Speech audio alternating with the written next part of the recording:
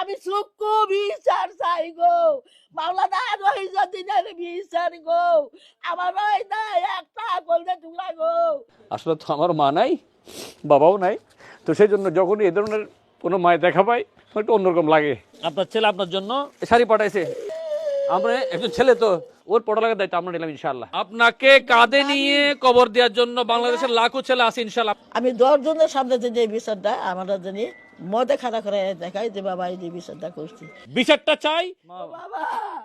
বাবা আমার বাবা গো, আমি চুক্কু বিচার চাই গো, মাওলানা রহিজুদ্দিনের বিচার গো, আমার ওই না একটা গোল্ডেন টুকরা গো, আমার বাবার দেখে মন রাখছে গো।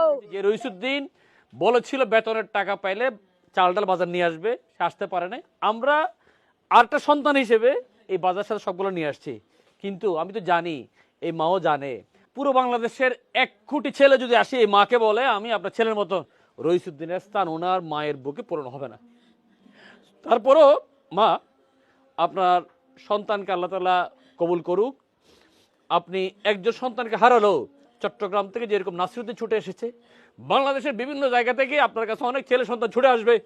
আমি বলে দিলাম আপনাকে, আপনার এই অ্যাড্রেস আমি দিয়ে দিব। অ্যাড্রেসটা রইসুদ্দিনের বাগিনা আছে, অ্যাড্রেসটা বলো তো ভাই। গাজীপুর সাইনবোর্ড, পশ্চিমাইল আব্বাস মেম্বার বাড়ি রোড, খানপাড়া মোড় থেকে আসলে আব্বাস মেম্বার বাড়ির মোড়, 5 তলা হারুন সাহেবের বাড়ির পিছনে। এই বাড়ির অ্যাড্রেসটা আপনারা শুনেছেন। বাংলাদেশ থেকে যেখান থেকে পারেন আমার এই মায়ের জন্য কিছু উপহার সামগ্রী নিয়ে আসবেন, অন্ততপক্ষে মাকে একটু যাতে আমরা সান্ত্বনা দিতে পারি। রইসুদ্দিন না থাকতে পারে, আমরা কথা দিচ্ছি আপনাদেরকে, এই মাকে, এই বাবুটার এবং বাবুর মায়ের অভিভাবক যতদিন আসবে না ততদিন ওর পড়ালেখার দায়িত্ব আমরা নিলাম ইনশাআল্লাহ। ধরো তোমার জন্য আজকে আমরা একটা নতুন জামা নিয়ে আসছি ইনশাআল্লাহ, তোমার জন্য নতুন জামা। কেমন? এটা তোমার আব্বু পাঠাইছে। কেমন? আপনার ছেলে আপনার জন্য শাড়ি পাঠাইছে, এটা আপনার জন্য। আমরা একজন ছেলে তো, এটা আপনার জন্য। মা নেন, বিসমিল্লাহ করে নেন, এটা তোমার আম্মুকে দিবা।